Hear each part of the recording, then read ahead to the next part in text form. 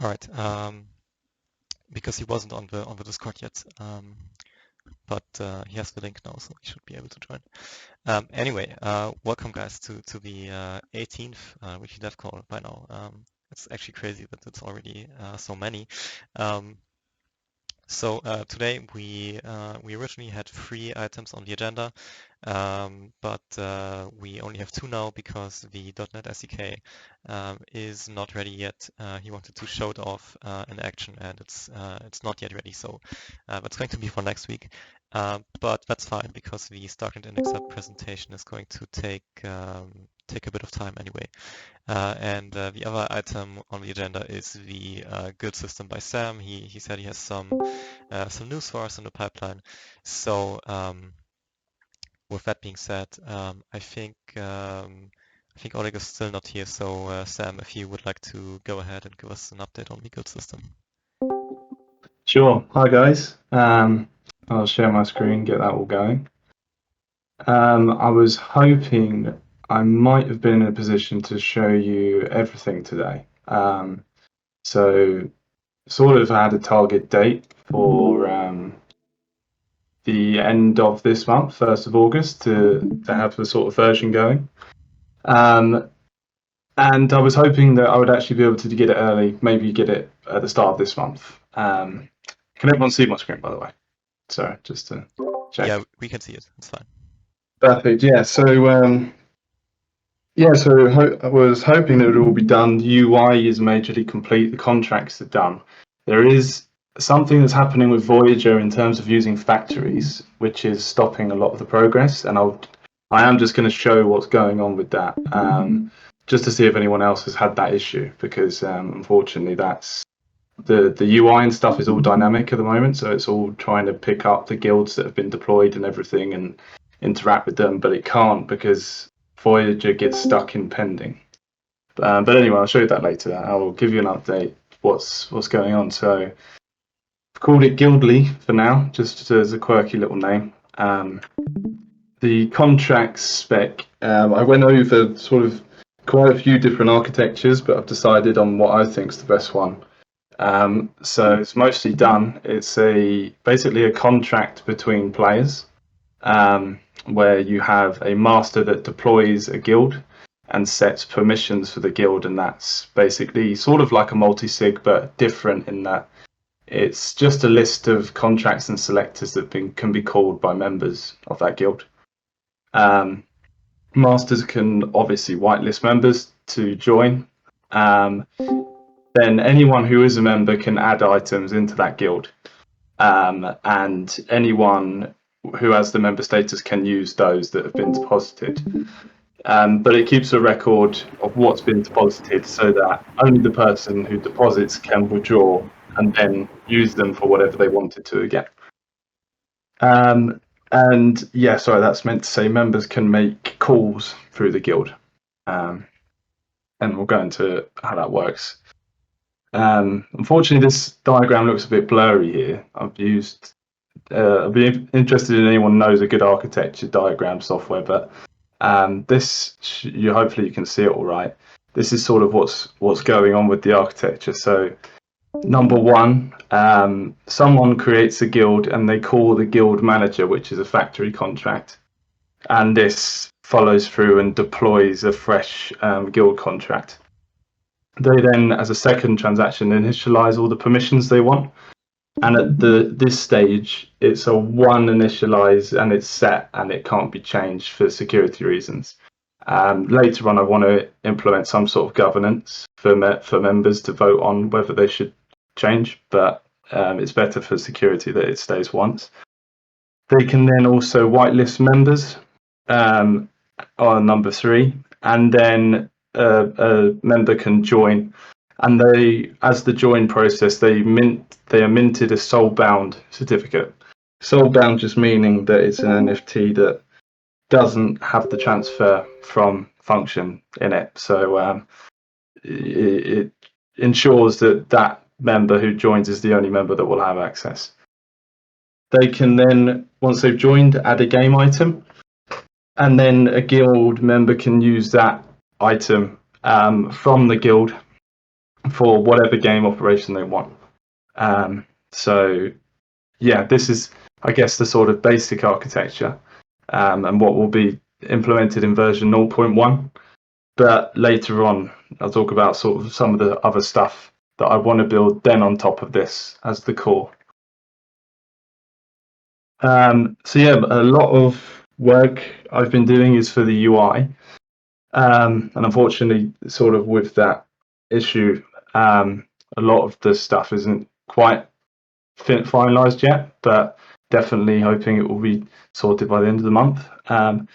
So this UI, there's another UI template that I'll come on to, but this UI will just let you create guilds, manage permissions if you've created a guild, and the members within it.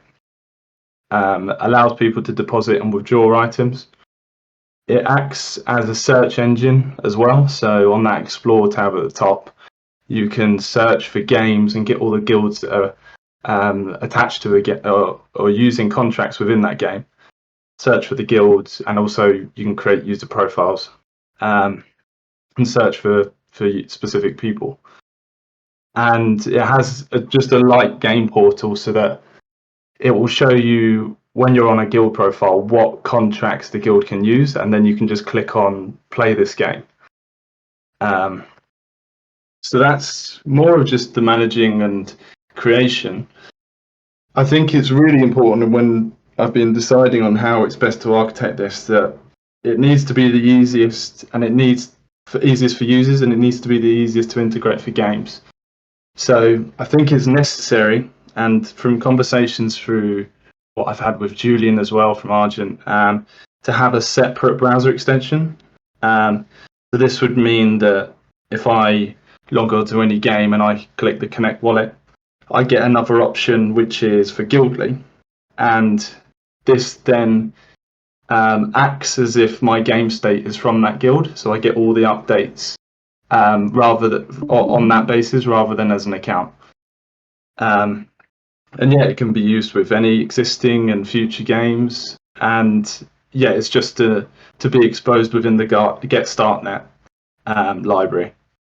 And that's just a very basic framework I have at the moment. So alongside this main UI, I'm coding up this browser extension. And I actually just noticed there was some talk on the Core Stars chat about there might be Wallet Connect coming, so it might not be necessary for this, but for now it's just a basic representation. And yeah, so that is all on this version 0.1. And oh yeah, also on that browser extension, if anyone has familiarity with the Get StarkNet library, that would be really useful to know exactly what I can do to get on that. I think I'm starting to work it out now, but yeah, it'd be useful to chat to someone. And coming next, so yeah, that was all version 0.1. Version 0.2, I would like to implement more dynamic roles within guilds. So instead of me forcing that there's a master and admin, a member, etc., having like a dynamic access control list contract so that people can make up their own roles and have their own access limitations on what can be done. I think that would be really cool. Certificate metadata would be really cool. So I always keep leaning back to this Uniswap v3 position idea, and I've got a sort of representation here on OpenSea. But I would like Guildly to have its own like aspect page, and all of the soulbound tokens displayed there with different images based on who the guild is that you belong to. So when you create a guild, you would upload an image, upload some metadata to have some cool descriptions and stuff. I think that would be cool. Permission templates I think would be useful. So when we integrate this with games, just having set permissions so that people don't have to manually input their own. So yeah, that would be useful to have when setting up a guild. And then finally mentioned about the governance. So having Snapshot X integration, so that people can change the permissions further down the line when everyone agrees. And if you don't agree, have a time period to get out and get your items out. So yeah, that's that with the presentation. Can you see? Am I now in a different tab? Just to check, I was going to show you the error quickly. Yeah, we can see it. Cool. So in my contracts, just to show you the area that I'm bumping into at the moment, I have a guild manager contract which deploys the separate guilds. And within it, it has a deploy guild contract function. So that's the function you call to deploy. And it's just using the deploy system call. So this is all new functionality with 0.9. And this all runs fine. It runs fine on testnet and on devnet. But when it gets to deploying a guild, and you can see this contract, which is a newly deployed guild, was done 2 days ago, and it's still stuck in pending state. So I can interact with the contract as if I'm in just in Voyager and connecting my wallet. But when I actually want to call from the API and through my UI, it doesn't work and it gives me an error. So I'm trying to chase Voyager to find out what's going on with that. But yeah, other than that, good progress. But unfortunately, until this is sorted, there might be other ways in implementing it. But yeah, it's a bit of a blocker for now. But yeah, apart from that, that's the update.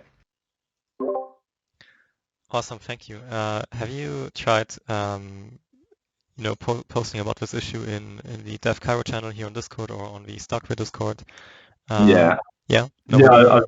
I've done the StarkNet Dev Discord, and then they passed me on to the Voyager Discord. So, but yeah, I haven't heard anything yet, and I keep pestering them. I'm probably becoming quite annoying and keep tagging people. So it's just a waiting game, I think. Okay, I see. Makes sense. Yeah, hopefully that can get resolved sometime soon. But thanks so much for the presentation. I think it's awesome to see all the progress, all of the different ideas that are sprawling out from this. Especially the browser extension, I think is really neat. And yeah, does anybody have like questions or input for Sam?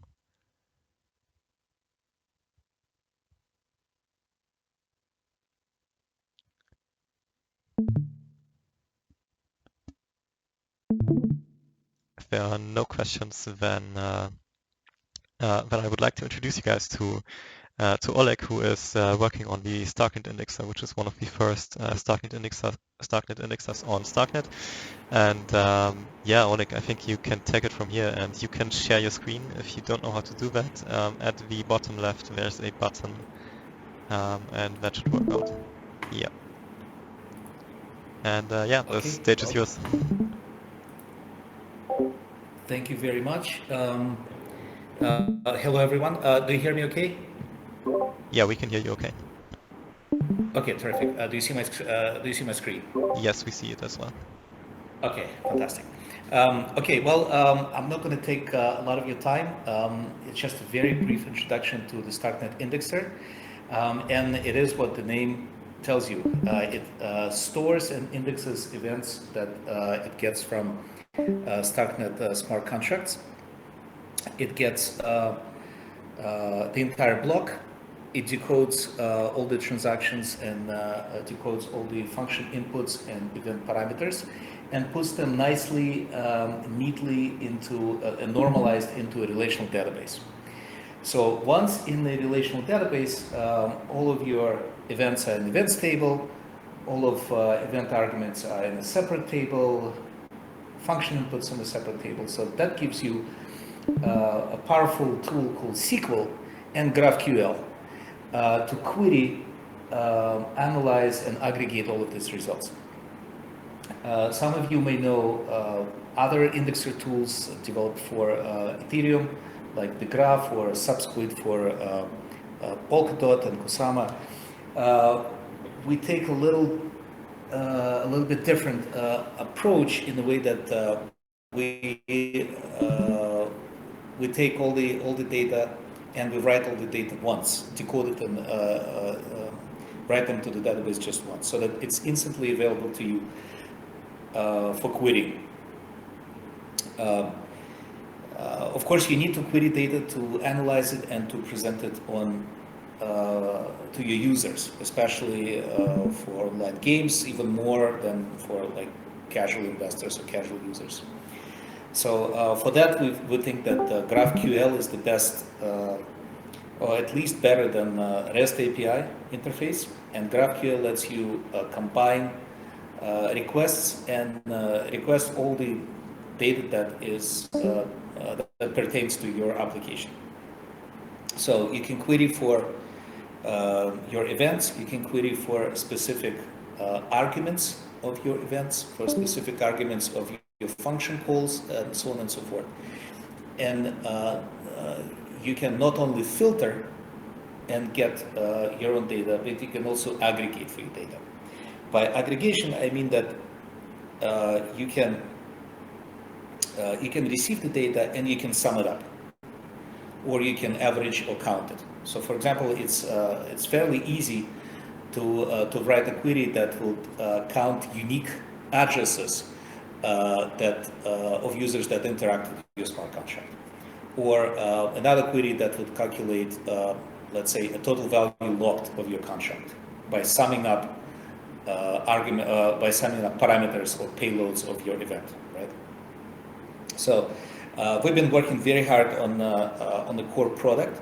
It's in, I would say, it's in alpha state right now. It's open to the public at an easy to remember URL, StarkNetIndex.com. Apologies for a bit old-fashioned .com top-level domain, but it gets the job done. So basically, what you see on the right is a GraphQL IDE that may be familiar. It's a standard IDE for GraphQL. Many products use it, where in the Explorer pane on the left, you can see all the tables where we store data. You can see your events, transactions, function inputs, arguments, and so on. And you, using the Explorer or even by hand, you can write a GraphQL query and you can get your data. And like I said, the data can drill down all the way to an actual value, to every piece of if you use JSON or structs for your event payload, it can query and dig into each field of your JSON payload, and it returns in one shot. And if you see it in the IDE, the same query you can throw at the HTTP API, and by simple post, you get the same data in HTTP request. So it's trivial to integrate this data and integrate this request into your web or mobile application. So we see that how people are starting to use it is that they go to the GraphQL IDE, they explore the data, they put together a query that returns the data, then they save this query into a text file, and they just use it via HTTP call, and they integrate it within their app. So people are already starting to use it. We opened up a little over a week ago. Now, a little bit of a sneak preview. What we're working on next are the ability to give you direct SQL access to the data. So basically, we're sitting on those tens of millions of rows of decoded data, and we started with GraphQL, but we also want to give direct access by SQL queries so that you can analyze your data, group by, and do whatever needed to analyze the data. And the next obvious step is to use a business intelligence tool like what we use, Apache Superset, as the first contender for that for BI here. So it lets you visualize those queries. So basically, you can put together a query that calculates number of unique users of your smart contract, or let's say top performers in your on-chain game, and you can graph it nicely, right? And you can graph it in a time series 2D graph, you can put together a pie chart. So here on the right is just a few graphs, a dashboard, a few graphs that you can publish that shows you, like in a pie chart, most popular smart contract addresses by contract, and you see how, by number of transactions, right? And you see how unevenly it's distributed, or the number of transactions per day, and individual by contract. For example, on the left, you see the amount of daily minted assets by one of the contracts. So this will be released very soon. I'm not given a date because we're working hard, but we don't have a date yet. It's within a few weeks. So we'll open up with this feature, and another feature that will become available is subscriptions. So you can, of course, query your data and analyze it, but you can also put together a query subscription, which will alert you when a certain number crosses a certain threshold, for example, right? So imagine you put together a query that calculates a total value logged, or a top score in a game, for example. And you can subscribe to that data, subscribe to this number crossing a certain threshold, for example, or some other event becoming available. And that will call your webhook, or it will alert you asynchronously via a WebSocket. This will become a basis for automation tools that we will offer. So instead of building your own tools and building your own machinery to listen to your events, decode the events, react to it, you can use already established service, subscribe, put together a query, subscribe to results of this query, and create a webhook that will react to it, right? So very useful if you want to put a dashboard or a graph on your website, and very useful to automate your tasks, right? So this will come very soon. So let me get out of this presentation and show you how that looks. So I have the GraphQL IDE, web IDE open. It's available to the public. Anybody can use it, and it opens up with some sample queries, right? So I'm going to skip the boring ones that return you a block or a raw block that we received from the API. But for example, let's look for a specific event of a specific smart contract, right? So this is one of the smart contracts of Jedi Swap, some specific asset pair, and it's looking for all the mint events of that contract, right? And it limits the result to one, just for demonstration. So what you can see here is that all the data is decoded per this contract's ABI, and not only that you can read and explore this data, but you can get all of these events and work with it, sum them up, and so on. Now, when I say sum them up, you can do it in your own software, or you can run what's called an aggregation query. So just like in traditional SQL, right, you can run a query against a table, and you can group by certain columns, right? You can sum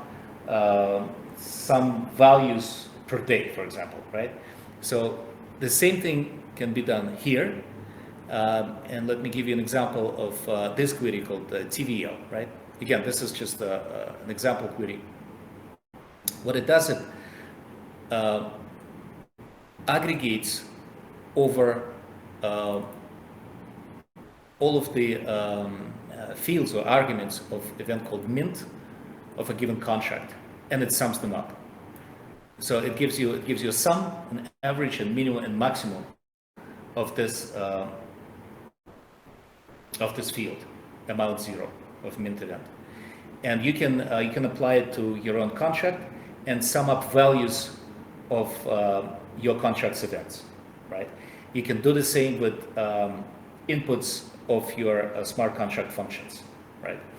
So this gives you analytical tools, and it does not require you to write any other software. So in some other indexers, you would really need to write code to receive your events, to decode them, and to sum them up, right? So here, SQL does it for you, or relational database does it for you.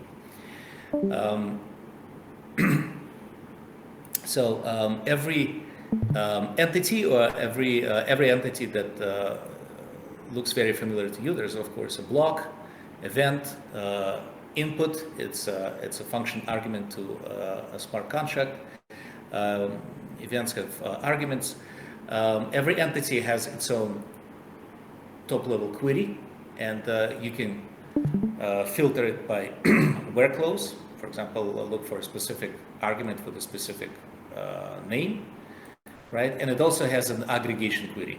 An aggregation query gives you aggregation functions like average, minimum, maximum, standard deviation, and so on and so forth.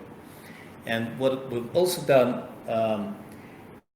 is wherever possible, we convert in a database, we convert every field to a hex or uint 256 value into decimal, so that you can sum them up, right? That's why you see here, the result is actually in decimals. That lets you sum them up using SQL, right? So SQL pretty much covers all of your use cases where you need to analyze or aggregate or sum up your data, right? So beyond GraphQL queries, what will become available very soon is a SQL editor.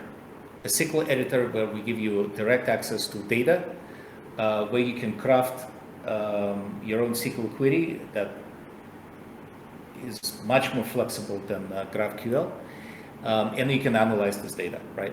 And very soon, this results of these queries will be available via HTTP API calls as well, so that you can call the same query directly from your web front end.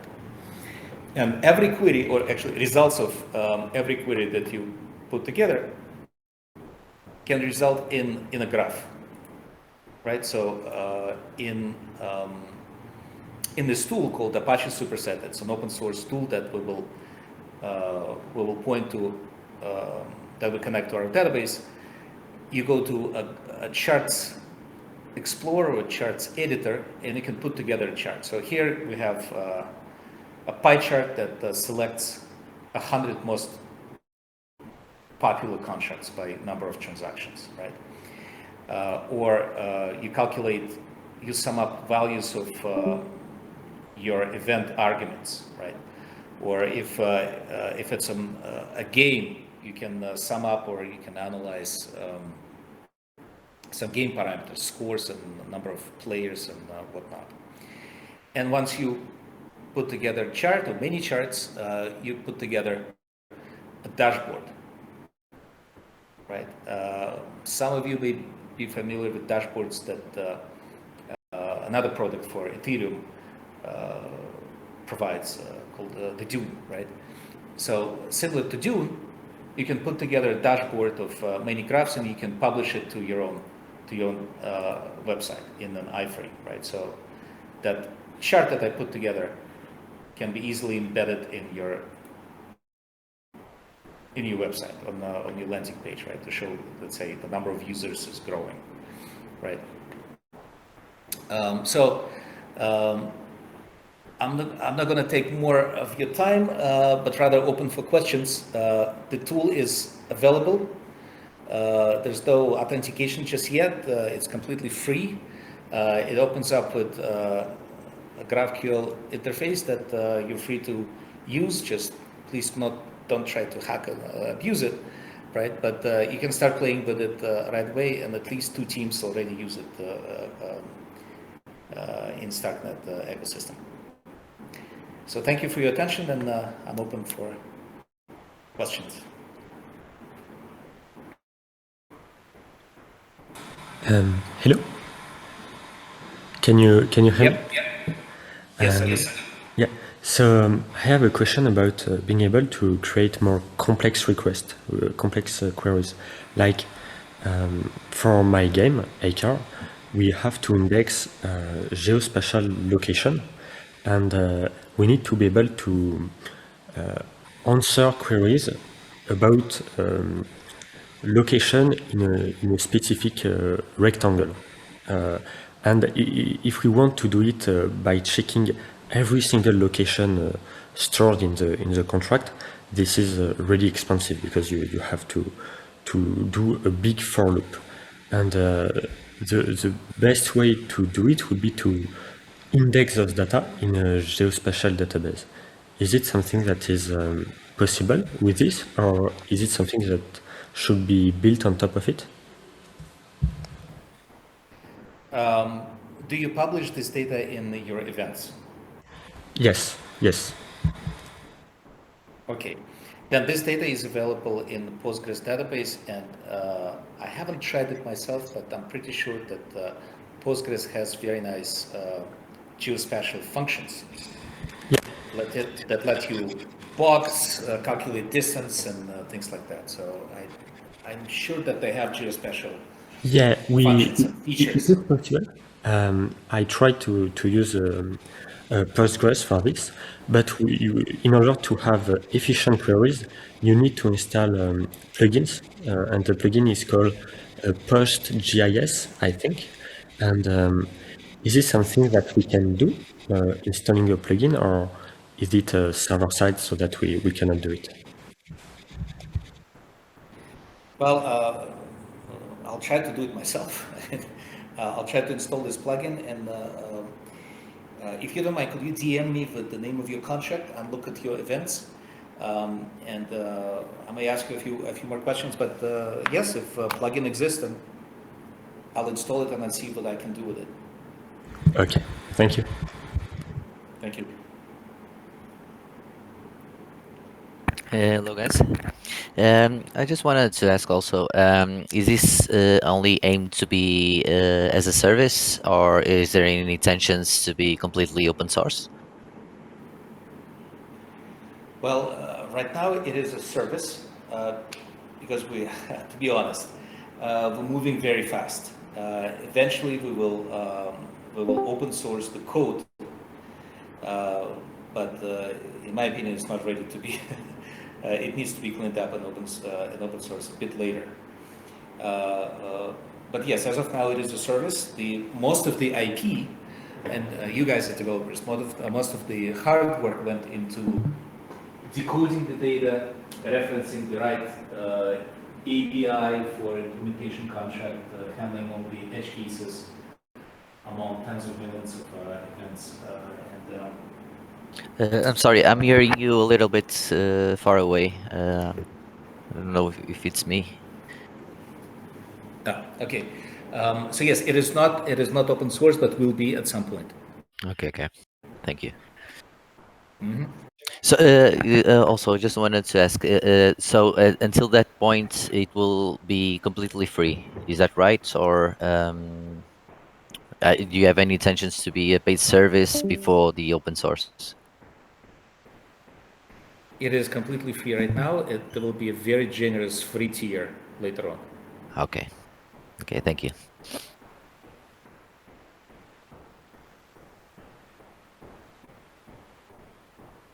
All right, do we have more questions? Any feedback, any input, any kind of features you would like to see, anything you might need? I also have another one, if no one else. I also wanted to know, there's going to be a state reset in a few months, and I wanted to know if we start deploying contracts now, and then there will be a state reset. How will that be handled? Can we still query the contracts that were deployed before the state reset? How is that going to work?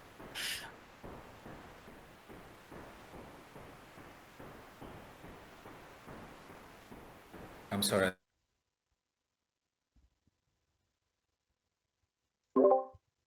Oleg, are you still there? Hello? I'm with you, yes. I'm Okay. with you. Did you understand the question? I can repeat if you want. Oleg, do you want me to repeat the question? Hello? Hello, Oleg. We can Yes, hear please, you. if you don't. It seems like you are kind of Yes, timing out or lagging sometimes. I'm here, please. Okay. Angelo, can you repeat the question? Okay. So, like, I wanted to ask. There's going to be a state reset in a few months, and I wanted to know if we can still query the contracts that were deployed before the state resets. So, yeah, it's basically that.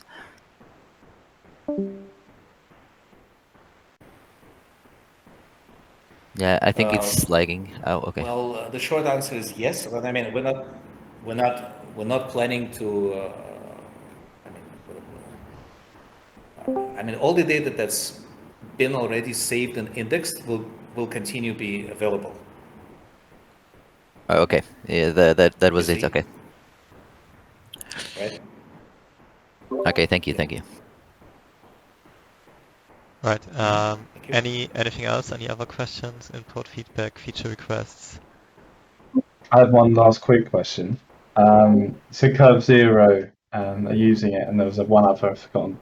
How do they interact with it? Do they use Apollo mainly?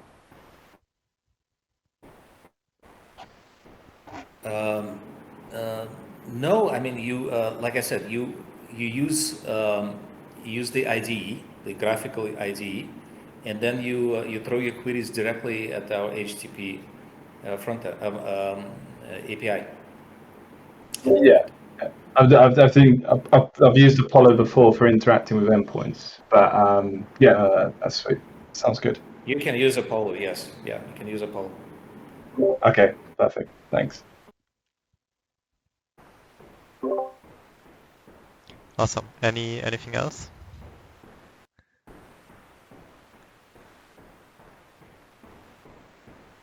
If there are no other questions, then we can wrap up this call. Thank you all so much for attending. Thank you to Oleg for this presentation, and thank you to Sam as well. If you guys want to keep in touch with Oleg, Oleg, what's the best way to stay in touch with you?